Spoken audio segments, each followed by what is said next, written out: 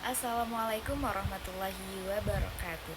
Nama saya Aulia Ajija dengan NIM 2501010700542 dari Lokalsek. Nah, tujuan dari pengambilan video ini adalah untuk memenuhi tugas akhir semester 1 mata kuliah Sejarah Peradaban Islam. Di sini saya akan membahas mengenai domestikasi perempuan atau bisa disebut dengan pembatasan peran bagi perempuan. Nah, kalau kita lihat di sekitar kita, khususnya di lingkungan perdesaan atau perkampungan, domestikasi perempuan ini masih sering sekali terjadi. Kayak perempuan masih dianggap harus fokus di urusan rumah, seperti contohnya kayak memasak, bersih-bersih, dan ngurus keluarga. Bahkan ketika ada perempuan yang aktif kuliah, kerja, ikut organisasi, atau sering beraktivitas di luar rumah, itu malah dicap kayak terlalu bebas, nggak tahu diri, atau dibilang lupa sama kodratnya sebagai perempuan. Nah, yang jadi masalah, standar ini itu hampir selalu beda antara perempuan dan laki-laki. Yang mana ketika laki-laki pulang malam atau sibuk di luar rumah, itu dianggap wajar. Sedangkan jika perempuan yang ngalamin hal yang sama, langsung jadi bahan omongan dan diawasi berlebihan. Ketika di lingkungan keluarga pun, kayak anak perempuan biasanya dari kecil sudah dibiasakan ngerjain pekerjaan rumah. Sementara anak laki-laki lebih sering kayak dibebasin, santai. Nah, kebiasaan yang kayak gini yang lama-lama membentuk pola pikir masyarakat bahwasanya perempuan itu memang tempatnya di rumah. Karena kebiasaan tersebutlah. Nah, makanya sampai sekarang anggapan bahwa perempuan cuma pantas di sumur, pantas di dapur, cuma pantas di kasur, itu masih sering kita temui. Perempuan dibatasi ruang geraknya dengan alasan kodrat, agama, adat. Padahal kalau kita telusuri lebih dalam, cara pandang ini sebenarnya bukan sesuatu yang alami, tapi hasil dari hasil dari konstruksi sosial yang kuat, terutama karena pengaruh budaya patriarki. Nah, ngomong-ngomong soal budaya patriarki ini udah gak asing banget nih di telinga kita. Yang mana budaya ini adalah sistem sosial yang menempatkan laki-laki sebagai pihak yang lebih dominan.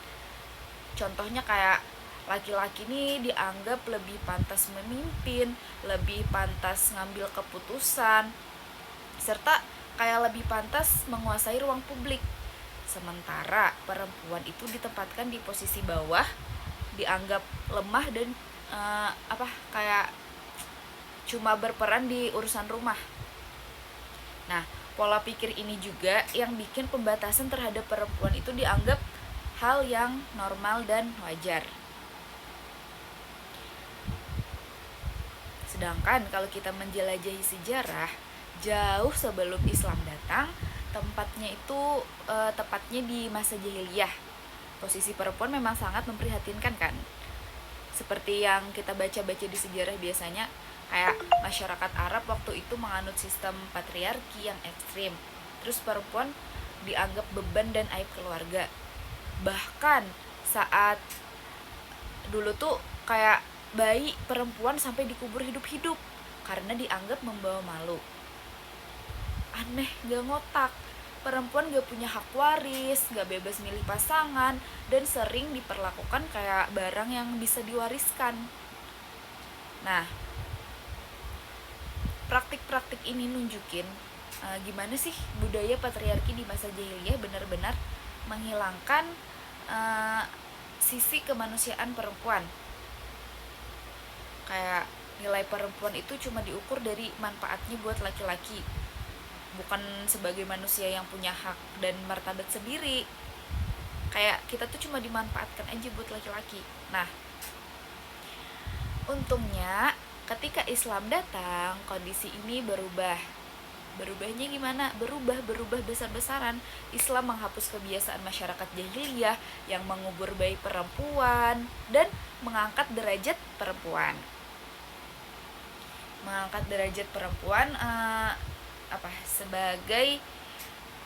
sebagai manusia yang bermartabat.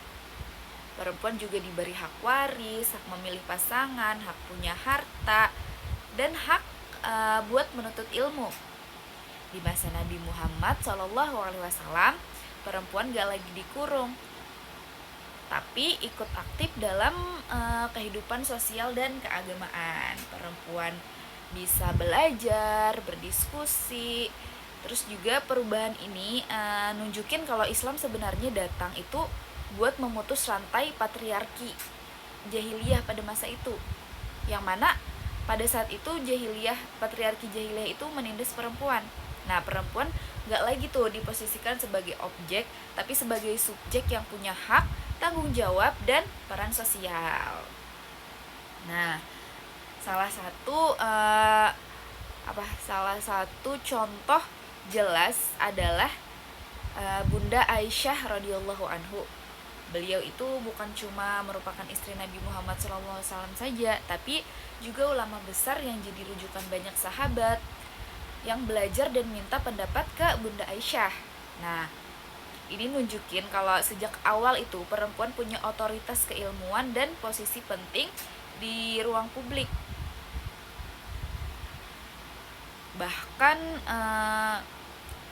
Bunda Aisyah juga terlibat dalam peristiwa politik besar, yaitu Perang Jamal. Nah, di peristiwa ini Bunda Aisyah jadi tokoh sentral dan memimpin pasukan.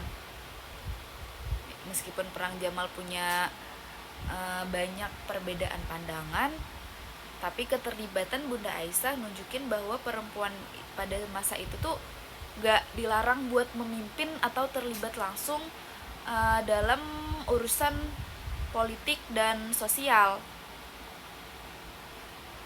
Tapi seiring meluasnya wilayah Islam, ajaran agama bertemu dengan berbagai budaya patriarki yang sudah mengakar kuat. Nah, datang lagi budaya patriarki ini seperti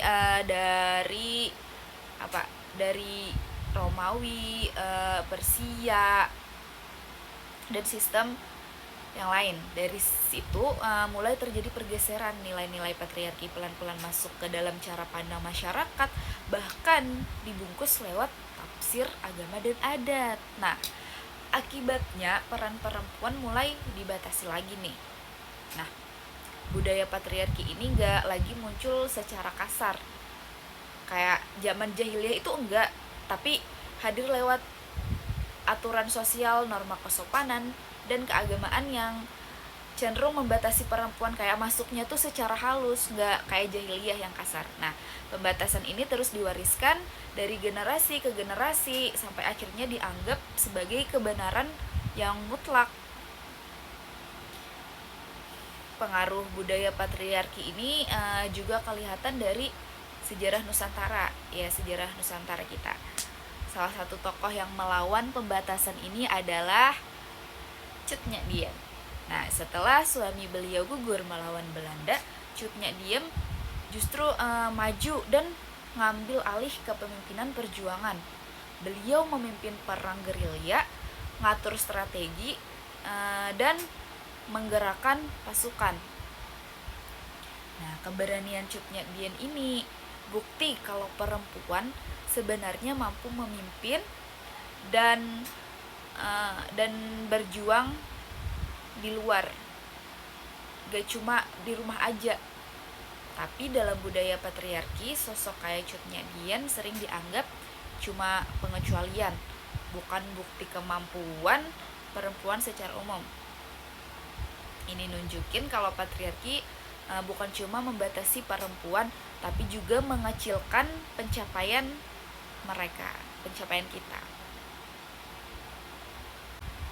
Selain lewat perjuangan fisik, perlawanan terhadap domestikasi perempuan juga dilakukan lewat pemikiran seperti yang dilakukan oleh Raden Ajeng Kartini. Siapa sih yang gak tahu beliau? Nah, Beliau ini hidup di tengah masyarakat yang sangat patriarkis. Perempuan dipingit, dibatasi pendidikannya, dan dianggap gak perlu berpikir kritis karena ya tugas perempuan tuh cuma dianggap cuma kayak ngurus rumah tangga aja. Nah,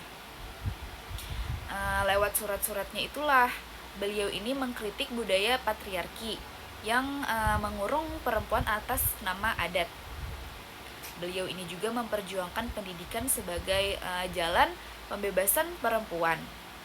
Nah, bagi beliau, perempuan itu manusia utuh yang berhak berkembang dan punya cita-cita, bukan sekedar melengkap laki-laki.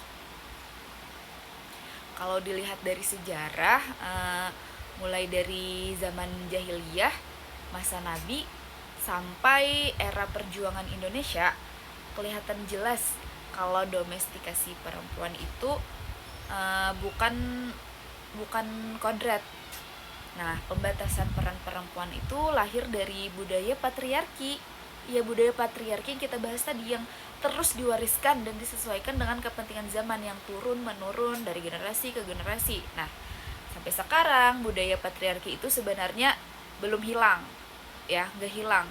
Masih ada nih di zaman kita sekarang. Cuma berubah bentuk. Nah, dulu itu kelihatannya jelas, keras, sekarang lebih halus lewat kebiasaan, norma, dan cara pandang masyarakat. Pembatasan perempuan gak lagi disebut penindasan, tapi dibungkus dengan kata kodrat, adat, atau demi kebaikan. Kesalahan kita hari ini juga, kesalahan kita tuh kayak sering mencampur adukan ajaran agama dengan budaya patriarki, disatukan nih. Agama dijadikan alasan buat membenarkan pembatasan. Padahal kalau dilihat dari sejarah, agama justru datang untuk membebaskan perempuan dari penindasan. Seperti Islam datang membebaskan menghilangkan tindakan bodoh zaman jahiliyah. Nah, dari sini bisa kita simpulkan bahwasanya domestikasi perempuan itu bukanlah kodrat dan bukan pula kehendak agama, tapi hasil dari budaya patriarki yang sudah mengakar. Nah, sejarahnya sudah membuktikan bahwasanya perempuan itu mampu memimpin, mampu perang, seorang pejuang, seorang pemikir. Karena itu, sikap tegas perlu kita ambil. Tradisi yang menindas perempuan itu enggak seharusnya terus dipertahankan dengan embel-embel kebiasaan. Nah, sudah saatnya kita sebagai perempuan dan laki-laki diberi ruang yang adil dan setara. Kita jangan ikutkan budaya patriarki. Bukan berarti kita melawan agama dan adat ya, bukan. Tapi justru mengembalikan nilai keadilan dan kemanusiaan yang sejak awal sudah diajarkan.